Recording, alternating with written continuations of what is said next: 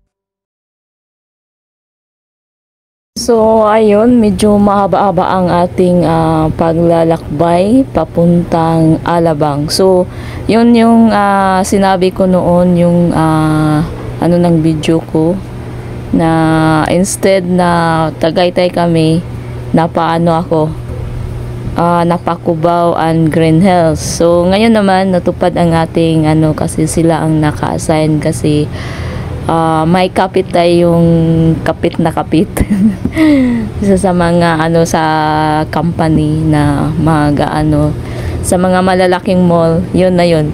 So ayun, unexpected talaga to, pero alam kong may schedule na pang Tagaytay, pero hindi ko alam kung sinong naka-assign kasi dami kasi nila kung sa baga lang, matsambahan lang kung sinong So, yan ang lakas ating kapit, sila ang nasay ng Tagaytay. Pero, sabi nila, uuna daw ang Alabang bago ang Tagaytay. So, hopefully, ang Tagaytay, hindi kasi sabi ng kasamahan nila nung umuulan daw. Sana hindi umuulan para Pero, parang nangapanin ako kasi hindi naman, totally gala ang mga kasama ko, work naman. So parang yun lang na lang ako kasi parang road trip na din, yung ganun. Ang sa akin lang, gusto ko sanang makapunta ng mga mall sa Tagaytay, kaso parang nagamba na din ako kasi noon, 'di ba, sa Green Hills sinita ako ng security guard. Bawal pala ang mag-video ng mall. So, hayun, parang nangamba na ako. Kaya nga gusto ko na lang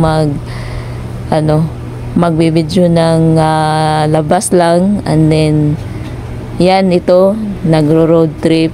Yan lang ang ko. Minsan kasi parang parang mawala ako ng gana kasi pangalawang beses na akong sinita na bawal mag-video. Parang siguro parang parang maanuhan ako ng manghihina ako ng loob, pero may magsasabi naman sa akin na ipagpatuloy ko yun, So ipagpatuloy ko kasi sayang naman, pinaghirapan ko naman yun. Hindi naman ako umaano na masahuran agad. Ang akin lang, gala lang talaga. So, manghihina lang talaga ako pag sinisita ako. Parang, sa baga parang nahihiya ako ba? Kasi unexpected na sisitahin ka. O, diba? Parang, para sa akin So, kailangan talagang tapangan natin. Kailangan tanggapin na kung So, naisip ko talaga na ipagpatuloy ko lang. So, ang maipapayo ko lang, kung magbibideo tayo sa loob ng mall, dapat aware tayo, dapat tayo, kasi alam na niyo mga camera, mga high-tech na, hindi mo alam, sinusundan ka na pala, o diba? So, ayan. So, yan, gusto ko lang sumama sa kanila kasi ito lang ang ko. Tapos sa Manila, halos lahat ng nilalakad ko, wala nang so parang so wala, hindi naman ako na it's okay naman, parang kung sa baga tumatapang na din ako sa mga ganun. So yan, ipagpatuloy lang natin kung at least wala tayong ginawang masama, o diba? Kung sitahin tayo ng mag-video, okay na, at least sita lang naman hindi naman kung sa baga hindi kalaman naki po o diba? Pero para sa akin, parang walang gana na pagsisitahin pero tanggap ko naman, parang lang. So pangalawa nating so sa talaga sa Tagaytay, wala talaga akong video doon. Kunti lang doon sa may Mount Apo. Road trip lang lahat ang ko dito, walang kasi yun na nga na pala, sinita na din ako doon sa Green Hills, pangalawa dito sa Tagaytay. So ang maipapayo ko lang na kung nasa loob tayo ng mall, hour lang tayo, and then kung pwede naman magtanong tayo sa security guard na pwede bang mag-video, ganun. So, nung that time na din, yung hindi pa ako na sa SM, sinita din ako sa SM na bawal daw mag-video sa isitan. Sa naman sa IKEA, hindi ako sinita, pero nung na-upload ko ng video after 1 month, binablock ako ng IKEA. Siguro yun ang naisip ko na bawal mag-video. Diba siguro din nila, safety din nila. So, umaano naman tayo sa regulation nila, o diba? So ngayon, iwasan ko na talaga mag-video sa loob ng mall. Kung kampante ako, yun lang, ko lang. Hindi ko alam kung sa MOA, parang okay naman sa MOA, hindi naman ako sinisita sa MOA eh. Pero kung sa MOA, di ba may SM. So, pag ka, huwag mo lagayan ng SM kasi panigurado, kayo, lalagyan nila ng CPR. Hindi ko alam kung bakit eh. Baka secure, din nila. Parang gusto nila na So, naintindihan ko naman. So, yan. Ipagpatuloy natin kahit anong mga, parang mga basher pa.